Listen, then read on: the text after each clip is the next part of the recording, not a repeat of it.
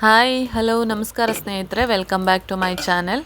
ಇವತ್ತೊಂದು routine vlog share ಮಾಡುವ ಅಂದ್ಕೊಂಡೆ.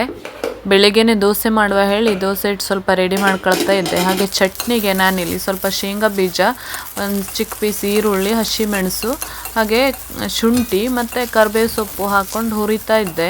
ಇದರೊಟ್ಟಿಗೆ ಸ್ವಲ್ಪ ಕಾಯಿ ತುರಿ ಹಾಕಿ ಬೀಸ್ಕೊಂಡ್ರೆ ಚಟ್ನಿ ರುಚಿಯಾಗಿರ್ತದೆ. ದೋಸೆಗೆಲ್ಲ ಸೂಪರ್ ಆಗಿರ್ತದೆ ಈ ಥರ ಚಟ್ನಿ. ಹಾಗೆ ಫ್ರೆಂಡ್ಸ್, ಸುಮುಖಂಗೆ ಸ್ಕೂಲ್ ಶುರುವಾಗಿ ಸುಮಾರು ದಿನ ಆದರೂ ಅಫಿಷಿಯಲ್ ಆಗಿ ಶುರು ಆದಂಗೆ ಆಗಿರಲಿಲ್ಲ. ಅಂದರೆ 2 hour ಅಷ್ಟೇ ಇರ್ತಿತ್ತು. ಸ್ನ್ಯಾಕ್ ಬಾಕ್ಸ್ ಎಲ್ಲ ತಗೊಂಡು ಹೋಗೋದು ಇರ್ತಿರ್ಲಿಲ್ಲ. ಇವತ್ತಿಂದ ಸ್ನ್ಯಾಕ್ ಬಾಕ್ಸ್ ಎಲ್ಲ ಕೊಟ್ಟು ಕಳಿಸ್ಬೇಕು. 1 ಗಂಟೆ ತನಕ ಇರ್ತದೆ ಅವ್ರಿಗೆ ಸ್ಕೂಲು. ಅವನೀಗ LKG. ಇವತ್ತಿನ ವಿಡಿಯೋದಲ್ಲಿ ನಾನು ನಿಮಗೆ ಅವನಿಗೆ ಸ್ನ್ಯಾಕ್ ಬಾಕ್ಸಲ್ಲಿ ಏನೇನು ಹಾಕ್ತೆ ಅಂತ ತೋರಿಸ್ದೆ. ಡೈಲಿ ಯಾವ ಥರ ಇರ್ತದೆ. ಇನ್ನು ಮುಂದೆ ಮಿನಿ ವ್ಲಾಗ್ಸ್ ಈ ಥರ ಮಾಡಬೇಕು ಅಂತ ಅಂದ್ಕೊಂಡಿದ್ದೆ. ಅಂದರೆ ಸ್ನ್ಯಾಕ್ ಬಾಕ್ಸಲ್ಲಿ ಮಕ್ಕಳಿಗೆ ಏನೆಲ್ಲ ಕೊಡ್ಬೋದು ಅಂಥೇಳಿ ನಿಮಗೂ ಒಂದು ಸ್ವಲ್ಪ ತೋರಿಸುವ ಅಂಥೇಳಿ. ಫಸ್ಟ್ ಅವನು ಸ್ನಾನ ಎಲ್ಲ ಆದಮೇಲೆ ಅವನಿಗೆ ತಿಂಡಿಗೆ ದೋಸೆ ರೆಡಿ ಮಾಡಿಕೊಡ್ತೆ. ರೆಡಿ ಮಾಡಿಕೊಟ್ಟಾದ್ಮೇಲೆ ನಾವು ತಿಂಡಿ ತಿಂತರು. ಹಾಗೆ ಸ್ನ್ಯಾಕ್ ಬಾಕ್ಸ್ಗೆ ಅಂತ ಸ್ಪೆಷಲಾಗಿ ಡಿಫ್ರೆಂಟಾಗಿ ಏನೂ ಮಾಡೋದಿಲ್ಲ. ಮಾಡೋದ್ರಲ್ಲೇ ಸ್ವಲ್ಪ ಅವನಿಗೆ ತಿನ್ನೋದಕ್ಕೆ ಇಷ್ಟ ಆಗೋ ಥರ ಏನಾದರೂ ಮಾಡಿಕೊಡೋದು. ಇನ್ನು ಮುಂದೆ ಹೀಗೆ ವಾರಕ್ಕೊಂದು 2 ಈ ಥರ ವ್ಲಾಗ್ಸು, ರೂಟೀನ್ ವ್ಲಾಗ್ಸ್ ಹಾಕಬೇಕು ಅಂತ ಅಂದ್ಕೊಂಡಿದ್ದೆ. ಫ್ರೆಂಡ್ಸ್, ನಿಮಗೆಲ್ಲ ಇಷ್ಟ ಆದರೆ ಕಮೆಂಟ್ ಮಾಡಿ ಹೆಂಗಿತ್ತು ವ್ಲಾಗ್ ಅಂತೇಳಿ. ಹಾಗೆ ಫ್ರೆಂಡ್ಸ್, ಇವತ್ತು ಬೆಳಗ್ಗೆನೇ ಜೋರು ಮಳೆ ಸ್ಟಾರ್ಟ್ ಆಗಿತ್ತು. ಮಳೆ ಹೆಂಗದೆ ಅಂತೇಳಿ ನೋಡಿ ಒಂದ್ಸಲ ನಮ್ಮ ಕಡೆ.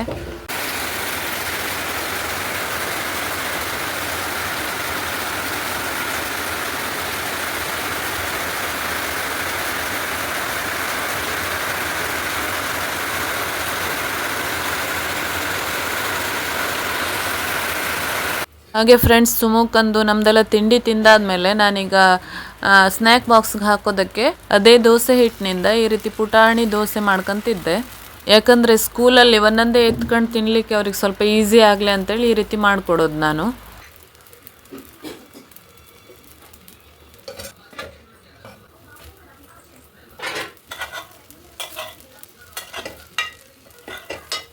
ಹಾಗೆ ಫ್ರೆಂಡ್ಸ್, ನಾನು ಈ ವರ್ಷ ಅವನಿಗೆ ಸ್ನ್ಯಾಕ್ ಬಾಕ್ಸು ಆರ್ಡ್ರ್ ಮಾಡಿದ್ದು ಫಸ್ಟ್ ಕ್ರೈಯಲ್ಲಿ.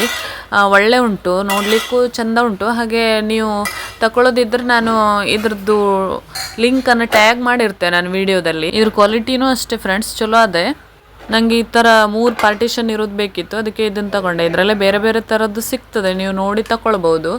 ಇಲ್ಲಿ ನಾನು 1-2 ಖರ್ಜೂರ, ಹಾಗೆ 1-2 ಬಾದಾಮಿ ಈ ರೀತಿ ಪೀಸ್ ಮಾಡಿ ಹಾಕ್ತೆ. ಯಾಕಂದರೆ ಇಡೀದು ಹಾಕೋದು ಹೆದರಿಕೆ ಸ್ವಲ್ಪ ಮಕ್ಕಳಿಗೆ, ಅಂದರೆ ಇಡೀದು ಬಾಯ್ಲ್ ಹಾಕೊಂಡು ಬಿಟ್ರೆ ಕಷ್ಟ ಅಂತೇಳಿ. ಹಾಗೆ ಸ್ವಲ್ಪ ಪಾಪ್ಕಾರ್ನ್ ಮಾಡಿಟ್ಕೊಳ್ತೆ ನಾನು 1 ವಾರಕ್ಕೊಂದ್ಸಲ ಹೀಗೆ. ಇದು ಆಚೆಯವರ ಕಾರ್ನ್ ಕರ್ನಲ್ಸ್ ಬರ್ತದಲ್ಲ, ಅದು ನೀವು ತಗೊಳ್ಬೋದು. ಇದು ಸೂಟನೂ ಸಿಗ್ತದೆ ನಿಮಗೆ, ಅಂದರೆ ಆನ್ಲೈನಲ್ಲೆಲ್ಲ ಸಿಗ್ತದೆ.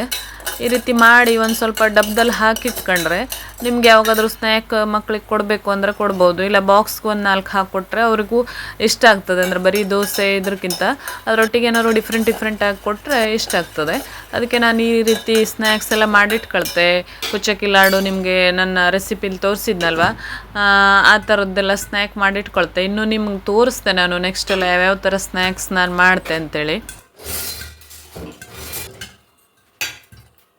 ಮಕ್ಕಳಿಗೆ ಹಾಗೆ ಅಲ್ವಾ ಫ್ರೆಂಡ್ಸ್, ಅಂದರೆ ಸ್ಕೂಲಲ್ಲಿ ಸ್ವಲ್ಪ ಡಿಫ್ರೆಂಟಾಗಿ ಏನಾದರೂ ತಿನ್ನಲಿಕ್ಕೆ ಸ್ವಲ್ಪ ಬೇರೆ ಬೇರೆ ಥರ ಇದ್ದರೆ ಬೇಗ ಖಾಲಿ ಆಗ್ತದೆ, ಅದಕ್ಕೋಸ್ಕರ ಮಾಡೋದು ಅಷ್ಟೇ. ಹಾಗೆ ಇದು ಹೆಲ್ದಿನೂ. ಮೊದಲೆಲ್ಲ ಒಂದು ಡಬ್ಬಕ್ಕೊಂದು ದೋಸೆ ಹಾಕ್ಕೊಟ್ರೆ ಹೆಚ್ಚಾಗಿತ್ತು ಅಷ್ಟೇ. ಆದರೆ ಈಗಿನ ಮಕ್ಳಿಗೆ ನೋಡಿ ಯಾವ್ಯಾವ ಥರ, ಅಂದರೆ ಅವ್ರು ತಿನ್ನಲಿ ಅಂತೇಳಿ ನಾವು ಕಷ್ಟಪಡೋದೇ ಹೆಚ್ಚಾಗ್ತದೆ.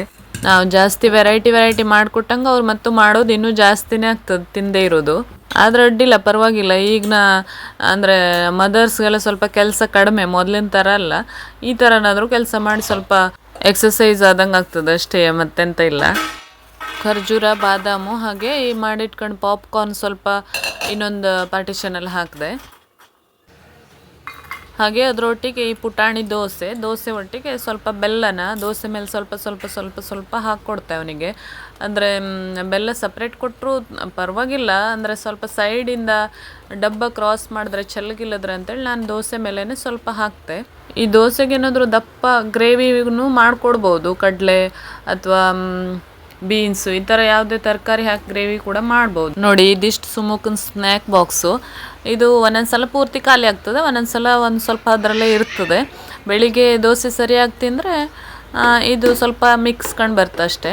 ನೋಡಿ, ಇದೇ ಡಬ್ಬ ನಿಮಗೆ ನಾನು ಈ ವಿಡಿಯೋದಲ್ಲಿ ಲಿಂಕ್ ಟ್ಯಾಗ್ ಮಾಡಿರ್ತೆ, ನೀವು ಬೇಕು ಅಂದ್ರೆ ಪರ್ಚೇಸ್ ಮಾಡ್ಬೋದು ಫಸ್ಟ್ ಕ್ರೈಯಿಂದ. ಹಾಗೆ ಟಿಫಿನ್ ಬ್ಯಾಗ್ ರೆಡಿ ಮಾಡಿ ಅವನಿಗೆ ಸ್ಕೂಲಿಗೆ ಕಳಿಸೋದು ಅಷ್ಟೇ ಕೆಲಸ. ಒಂದು ನೀರು ಬಾಟ್ಲು ಹಾಕ್ಲಿಕ್ಕೆ ಇಲ್ಲಿ ಸೈಡಲ್ಲಿ ಸ್ವಲ್ಪ ಜಾಗ ಇತ್ತು, ಅದನ್ನು ಹೊರಗಡೆನೇ ಹಾಕ್ತೆ. ಮಧ್ಯೆ ನೀರು ಬೇಕಾದ್ರೆ ಅವನಿಗೆ ಈಸಿ ಆಗ್ತದೆ ತೆಕ್ಕೊಂಡು ಕುಡಿಲಿಕ್ಕೆ ಹೇಳಿ. ನೋಡಿ ಈಗ ರೆಡಿಯಾಗಾನೆ ಸುಮುಖ. ರೆಡಿಯಾಗಿ ದೇವ್ರ ಕೈ ಮುಗಿದು ಇನ್ನೇನು ಹೊರಡಬೇಕು. ಅವನಿಗೆ ಸ್ಕೂಲಿಗೆ ಬಿಟ್ಟು ಬಂದಮೇಲೆ ಮುಂದಿನ ಅಡುಗೆ ಕೆಲಸ ಮಾಡುವ.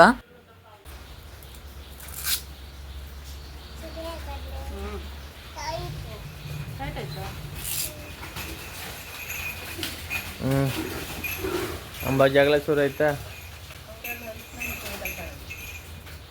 ಹಾಗೆ ಫ್ರೆಂಡ್ಸ್, ನಾವು ಸುಮುಖನ ಸ್ಕೂಲಿಗೆ ಬಿಟ್ಟು ನಮ್ಮ ಸೈಟ್ ಹತ್ರ ಹೋಗಿದ್ವಿ. ಅಲ್ಲಿ ಇದು ನೋಡಿ ತಟ್ಟೆ ಸೊಪ್ಪು ಅಂತೇಳಿ. ಈ ಸೊಪ್ಪು ನಮ್ಮ ಕಡೆ ಎಲ್ಲ ಇದನ್ನು ಪಲ್ಯ ಮಾಡ್ಕೊಂಡು ತಿಂತರು, ಚಲೋ ಇರ್ತದೆ, ರುಚಿ ಅಂತೂ ಸೂಪರ್ ಇರ್ತದೆ. ಇದು ನನಗಂತೂ ಇಷ್ಟ ಆಗ್ತದೆ.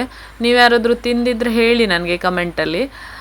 ಸ್ವಲ್ಪ ತಟ್ಟೆ ಸೊಪ್ಪಿತ್ತು, ಹಾಗೆ ನಮ್ಮದೇ ನುಗ್ಗೆ ಗಿಡದಲ್ಲಿ ನುಗ್ಗೆ ಸೊಪ್ಪು ಜಾಸ್ತಿ ಆಗಿತ್ತು, ಅದನ್ನು ಸ್ವಲ್ಪ ಕೊಯ್ಕೊಳ್ಳುವ ಹೇಳಿ ಸುಮಾರು ಒಂದು ಪಲ್ಯಕ್ಕೆ ಆಗುವಷ್ಟು ನುಗ್ಗೆ ಸೊಪ್ಪು ಮತ್ತು ತಟ್ಟೆ ಸೊಪ್ಪು ಮಿಕ್ಸ್ ಮಾಡುವ ಅಂತೇಳಿ ಎರಡೂ ತಗೊಂಡೆ.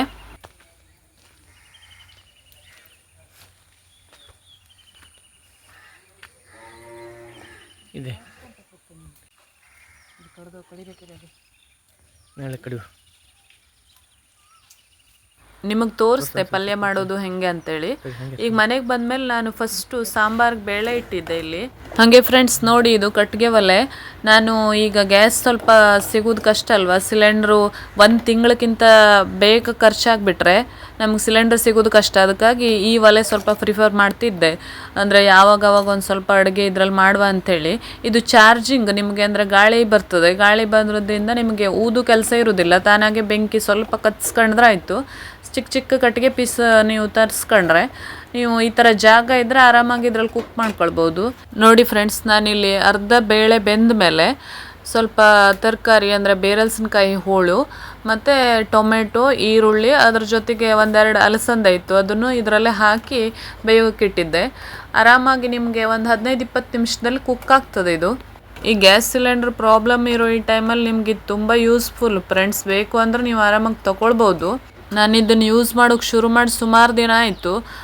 ಚಲೋ ಉಂಟು. ಅಂದರೆ ಸ್ವಲ್ಪ ಚಾರ್ಜ್ ಮಾಡ್ಕೊಂಡ್ರೆ ಫ್ಯಾನ್ ಉಂಟು, ಫ್ಯಾನ್ ತಿರುಗುವಾಗ ಗಾಳಿ ಬರ್ತದೆ ಬೆಂಕಿ ಹತ್ರ. ಗಾಳಿ ಬಂದ ತಕ್ಷಣ ಬೆಂಕಿ ಅಂದರೆ ಊದ್ತಾ ಇದ್ದಂಗೆ ಆಗ್ತದೆ. ಹಾಗೆ ಫ್ರೆಂಡ್ಸ್, ಈ ಸಾಂಬಾರಿಗೆ ಸ್ವಲ್ಪ ಉಪ್ಪು ಮತ್ತು ನಾನೇ ಮಾಡಿದ ಸಾಂಬಾರು ಪುಡಿ, ಅದರೊಟ್ಟಿಗೆ ಒಂಚೂರು ಕಾಯಿ ತುರಿ ಹಾಕಿ ಇನ್ನೊಂದು ಸಲ ಚೆಂದ ಕುದಿಸ್ಕೊಂಡು ಬಿಟ್ಟರೆ ಒಳ್ಳೆ ಸಾಂಬಾರು ರೆಡಿ ಆಗ್ತದೆ. ತರಕಾರಿ ಬೇಳೆ ಎಲ್ಲ ಬೆಂದು ಸ್ವಲ್ಪ ಕರಗಿ ತಿಕ್ನೆಸ್ಸು ಬಂದದೆ. ಈಗ ಇದು ನಿಮಗೆ ಅನ್ನದ ಜೊತೆ ಸೂಪರಾಗಿರ್ತದೆ ಈ ಥರ ತಿಳಿಸಾರು. ನಾವೆಲ್ಲ ವೆಜ್ ತಿನ್ನೋದಿನ ಹೆಚ್ಚಾಗಿ ಈ ಥರ ತಿಳಿಸಾರೇ ಮಾಡ್ಕೊಳ್ಳೋದು ಜಾಸ್ತಿ. ಅದಕ್ಕೆ ಹಾಕೋ ತರಕಾರಿ ಮಾತ್ರ ಚೇಂಜ್ ಆಗ್ತದೆ, ಬೇರೆ ಬೇರೆ ತರಕಾರಿ ನೀವು ಯಾವ್ದು ಬೇಕೋ ಅದು ಹಾಕ್ಕೊಳ್ಬೋದು. ಈಗ ಸಾರು ರೆಡಿ ಆಗ್ತಾ ಬಂತು. ಸಾರು ರೆಡಿ ಆದಮೇಲೆ ನಿಮಗೆ ಪಲ್ಯ ಮಾಡೋದು ತೋರಿಸ್ದೆ. ನಮ್ಮ ಬದಿಗೆಲ್ಲ ಸೊಪ್ಪಿನ ಪಲ್ಯ ಹೆಂಗೆ ಮಾಡ್ತರು ಅಂತೇಳಿ. ಸಿಂಪಲ್ ಆಗಿರ್ತದೆ, ತುಂಬ ಮಸಾಲೆ ಪದಾರ್ಥ ಇದನ್ನೆಲ್ಲ ಹಾಕೋದಿಲ್ಲ ಜಾಸ್ತಿ. ನೋಡಿ ಸಾರು ಎಷ್ಟು ಚಂದ ಕುದೀತದೆ, ನೋಡಿದ್ರೆ ಅಷ್ಟು ಬಾಯಿ ನೀರು ಬರೋ ಥರ ಇರ್ತದೆ. ನಿಮ್ಗೆ ಇಷ್ಟ ಆಯ್ತಾ ಅಂತೇಳಿ ಕಮೆಂಟ್ ಮಾಡಿ. ಹಾಗೆ ನನ್ನ ಚಾನೆಲ್ ಹೊಸದಾಗಿ ಯಾರಾದರೂ ನೋಡ್ತಿದ್ರೆ ಪ್ಲೀಸ್ ಸಬ್ಸ್ಕ್ರೈಬ್ ಮಾಡ್ಕೊಂಡು ಸಪೋರ್ಟ್ ಮಾಡಿ ಫ್ರೆಂಡ್ಸ್. ಇಷ್ಟ ಆದರೆ ಆಯಿತು, ರುಚಿಯಾದ ಸಾರು ರೆಡಿ ಆಯಿತು. ಈಗ ಪಲ್ಯ ಮಾಡುವ.